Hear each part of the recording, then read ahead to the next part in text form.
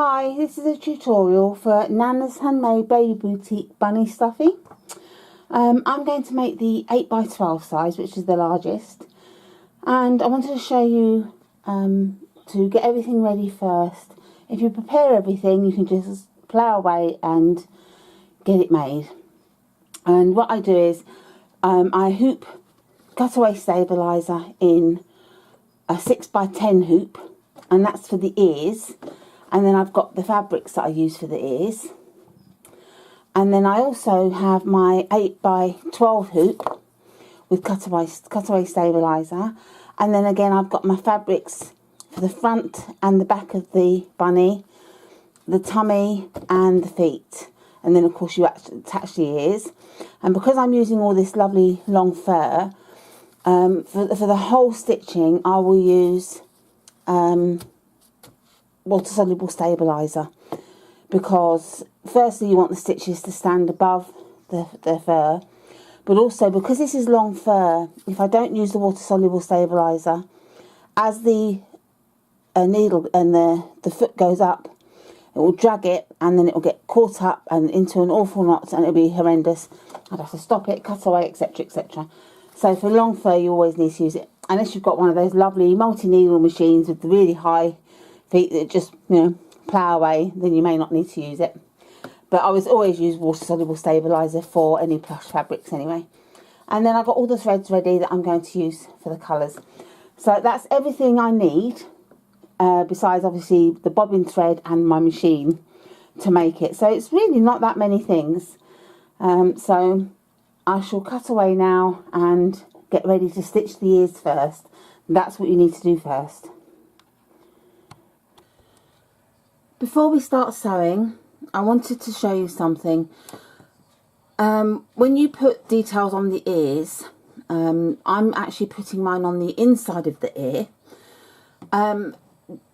You automatically would assume to put the writing, or I did, I automatically assumed to put the wording like this. So this is for my granddaughter, so to Bethany, and then love grandma. However, when I stitched it out, this was the result. Bethany, oops, love grandma, upside down. And that's when it dawned on me that obviously with the way the ears go, we need to turn that writing upside down, which I've done here. There. And that's how you need to do your letters, even if you're doing it on the outside of the ear, you're still going to want it sort of opposite of each other. So bear that in mind when you come to do your wording. Okay, so I've loaded the design onto the machine and I've just put the hoop in. Now I'm going to stitch the placement lines for the bunny ears.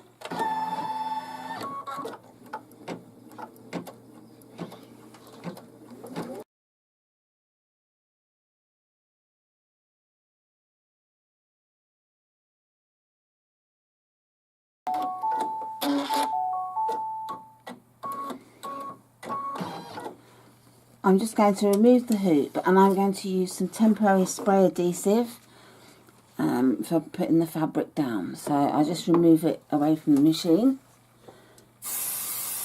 And it's never advisable to spray adhesive near the machine. So I've done that. I'm just going to alter the camera a little bit.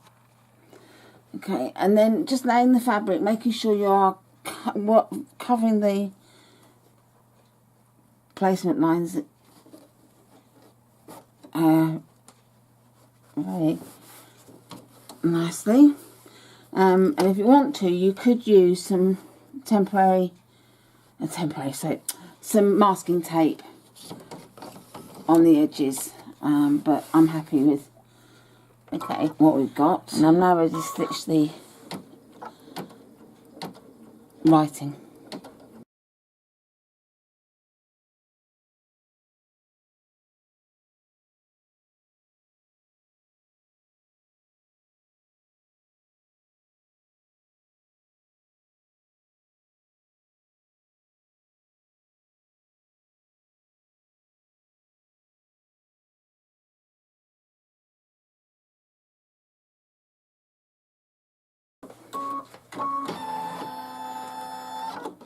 So that's all the lettering done.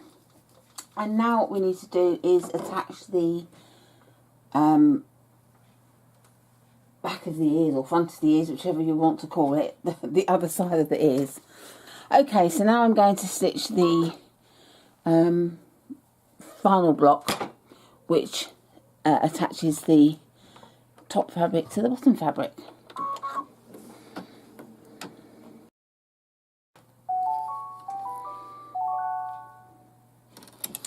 So that's the ears finished stitching, and if you're thinking, oh gosh, I've run over the masking tape, it's not a problem. It's so easily removed, like that. And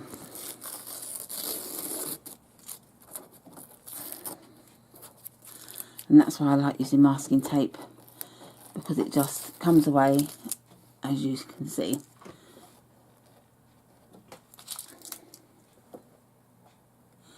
So now what I'm going to do is to remove the hoop and trim the ears out, and I'll come back shortly.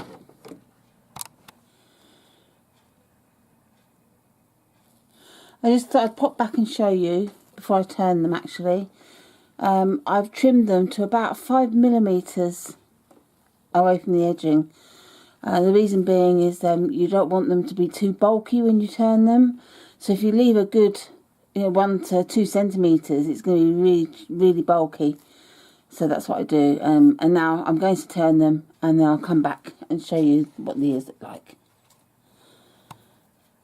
And here we have the ears prepared. I'm going to give them a little pressing. The only thing I would say is this fur melts with the touch of an iron. So I will use a damp pressing cloth to press them so that the fur doesn't get melted. So I will press them, and they're ready to go. So we'll stitch the design next. I will apologise ahead of time. I'm having building works done on the outside of my property, and I'm having scaffolding erected today, so there'll be hammering and drilling in the background. I shall try to make sure that we don't catch too much of it on the video, but if you do hear any strange noises, that's what's happening. Okay, the next thing after doing the ears is we need to load our other hoop for the body. I'm using my 8x12 hoop for the 8x12 body of the bunny. So first thing we do is stitch the placement line for the first layer of fabric.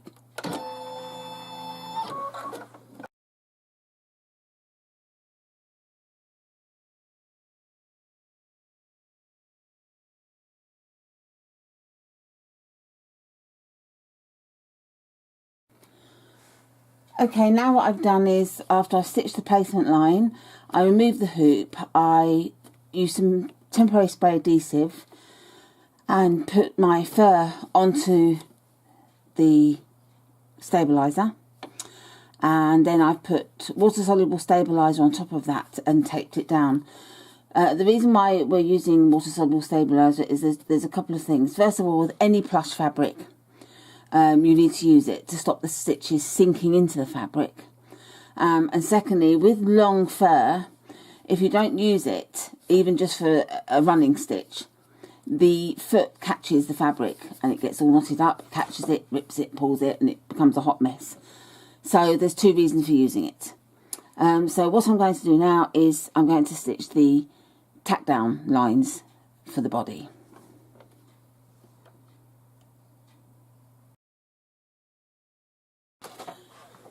The next thing we need to stitch is the tummy placement lines.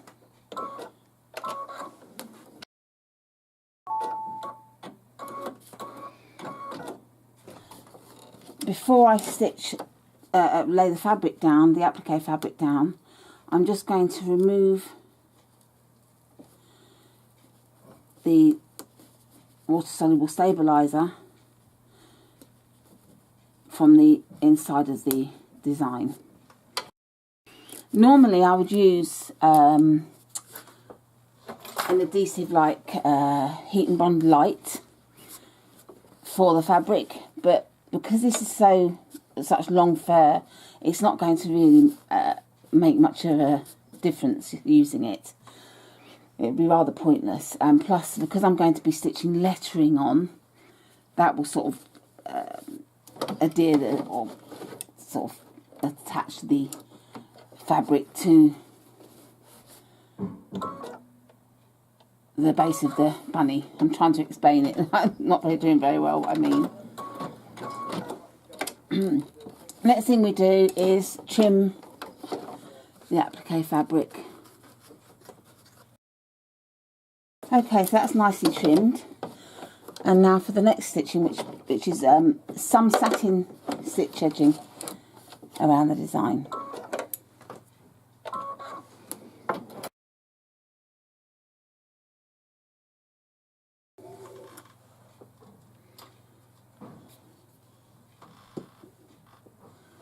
And now I want to stitch the writing that I've done inside. Oops, I triggered the threading button then. I've added the words "I love you" to the centre because this is from me to my granddaughter. And let's stitch that out.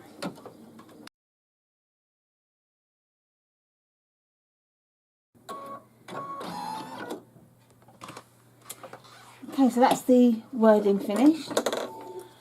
And now it's time to stitch the placement lines for the paws.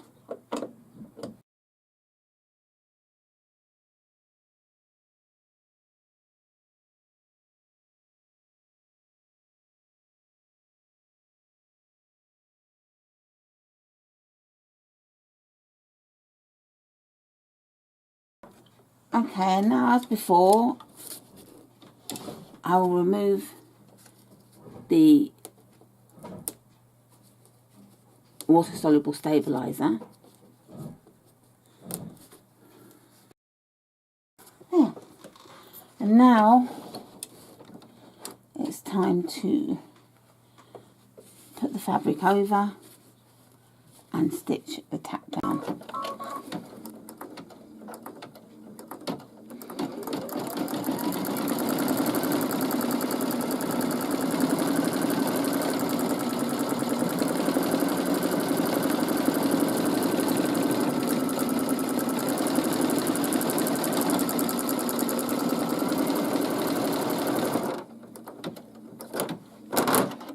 Oh, broken needle.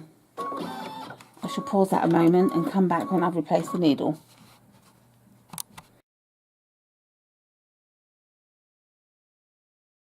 Next thing to do is trim the applique fabric.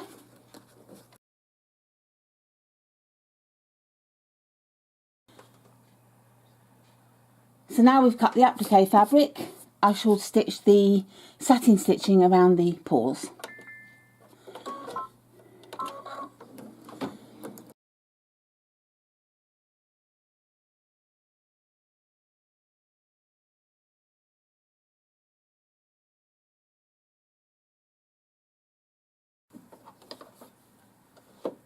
I will just move on with this and fast forward the video so you don't have to sit and watch everything stitching out in real time.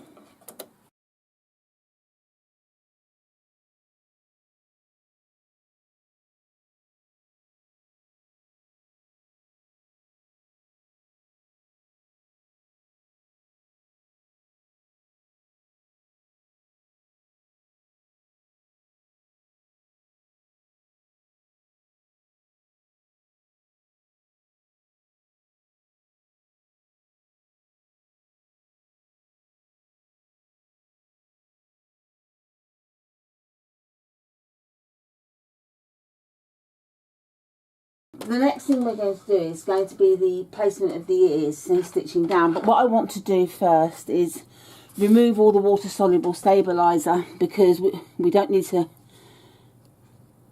worry about that on the inside of the rabbit. Just we'll leave the outside bits.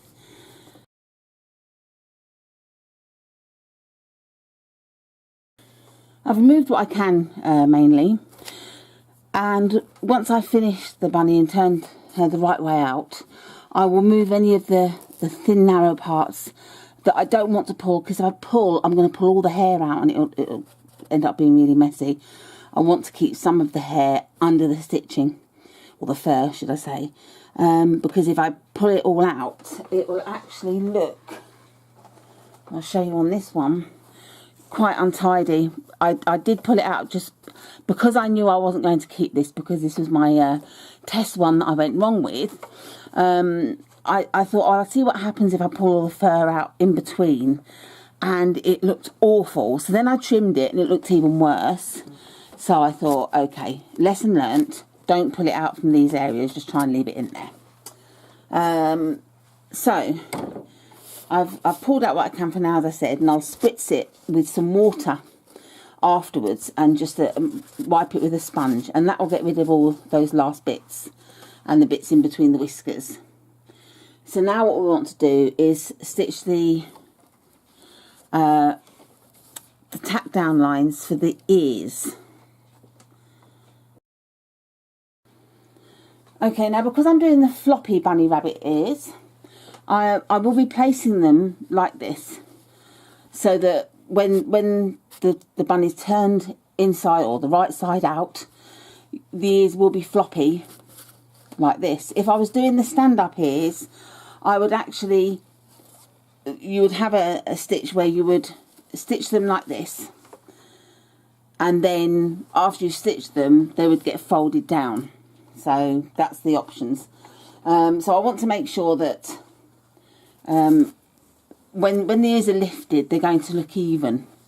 So I'm going to be messing about, and rather than you watching me mess about making sure they're all lined up perfectly, I'm going to pause the video and come back when I've got them sorted. Okay, well, I hope I've lined them up evenly. We shall see shortly. What I've done is I've put some masking tape across the ears. It's actually going to stitch the line on the masking tape. That is on purpose. I've not gone bonkers. If I stitch on the masking tape, it helps hold the ears down flat, because they are quite sort of bulky. So it will actually help with the sewing, and as you saw earlier, it does pull away easily. I've also raised my foot by half millimetre or 1 millimetre. I'm trying to think, half a millimetre. So yeah, I've just raised it a tiny amount because of the bulk of the ears. So now I'm going to stitch them down, tack them down. Okay, the next part we're going to be doing is actually the final block, which is stitching the back of the rabbit onto to attach. What I'm going to do first, though, before I do anything else, is double check that I'm happy with the placement of the ears and that they look even, because if I don't do it now and I do it once I've stitched the bunny rabbit together, it's too late. Nothing I can do about it. Whereas if I really wasn't happy, and I really would have to be extremely unhappy, I would have the laborious job of unpicking the stitching in the ears. So I am hoping that the placement is good.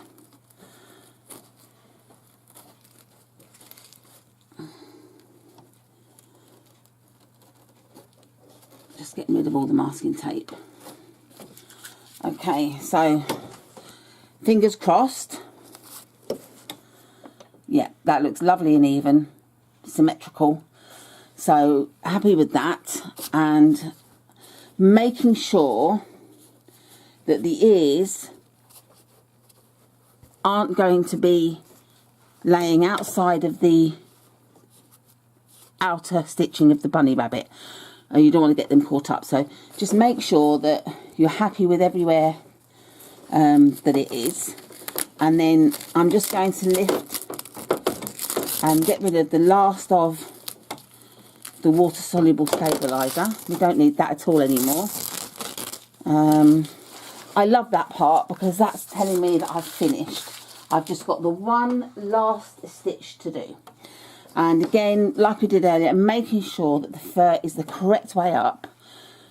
So because I want the nap going downwards, So I've definitely got it the right way up, and laying the third there, I just get to my masking tape, and it's not really going to do a massive help, but just to make sure it's fairly held down, just to stop it slipping last minute.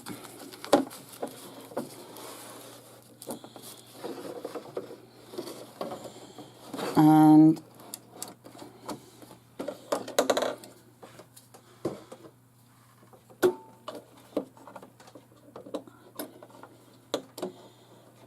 just changing the thread colour.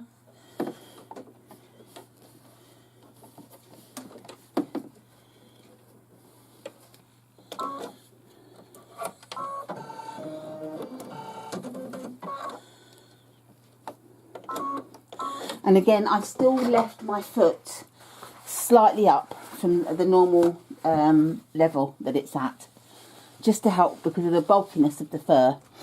And now it's time to stitch the final stitch block, which is to attach the 2 layers together.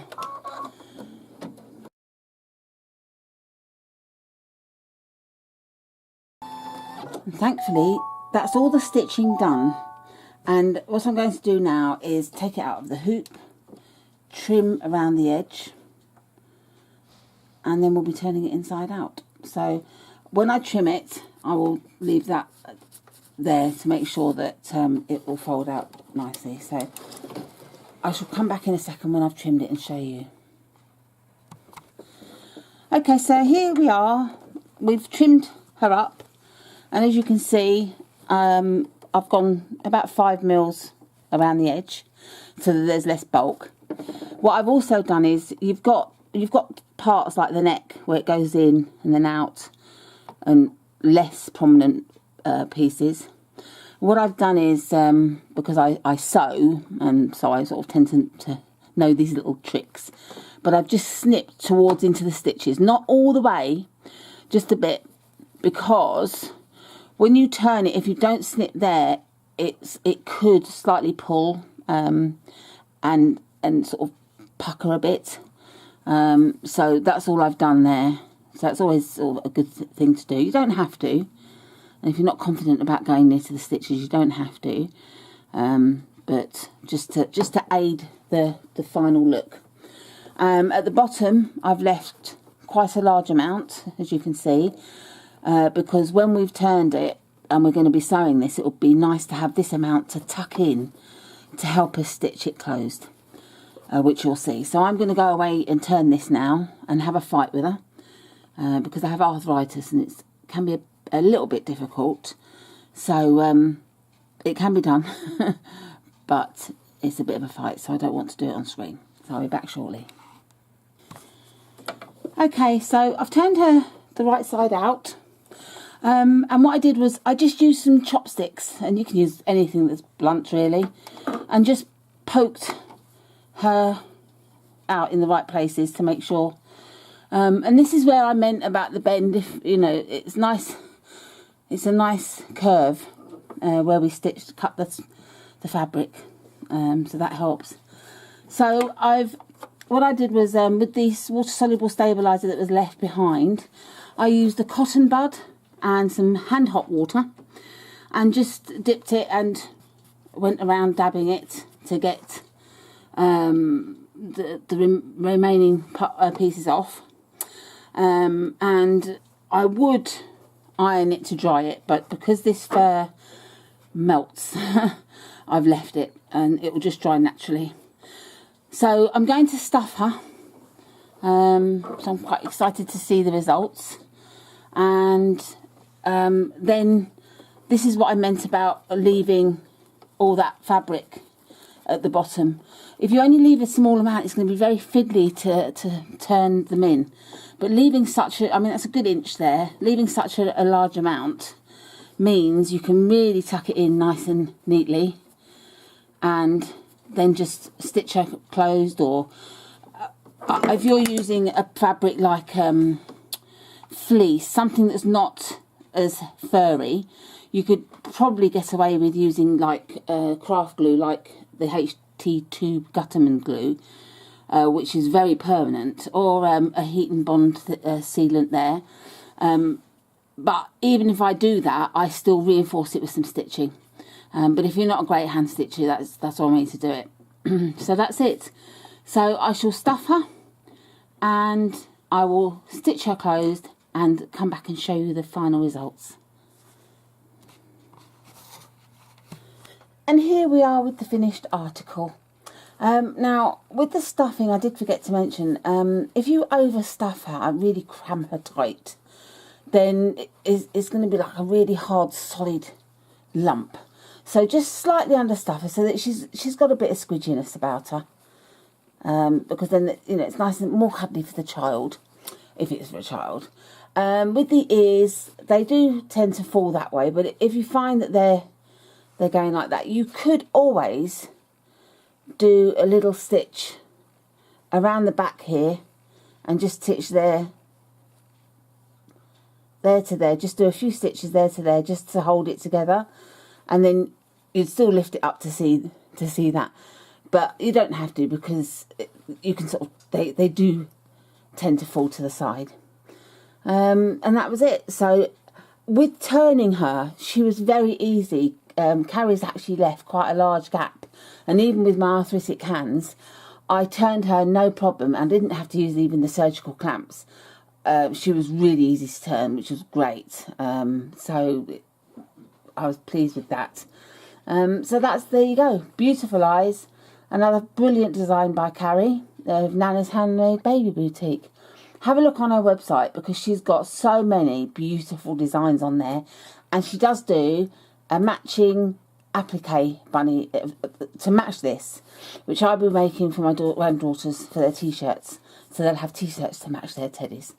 So yeah, do have a look. She's got some amazing things on her website, and do join her group if you're not in her group on Facebook. I will be giving the link at the end of this video. Thanks for watching. Take care. Happy stitching. Bye.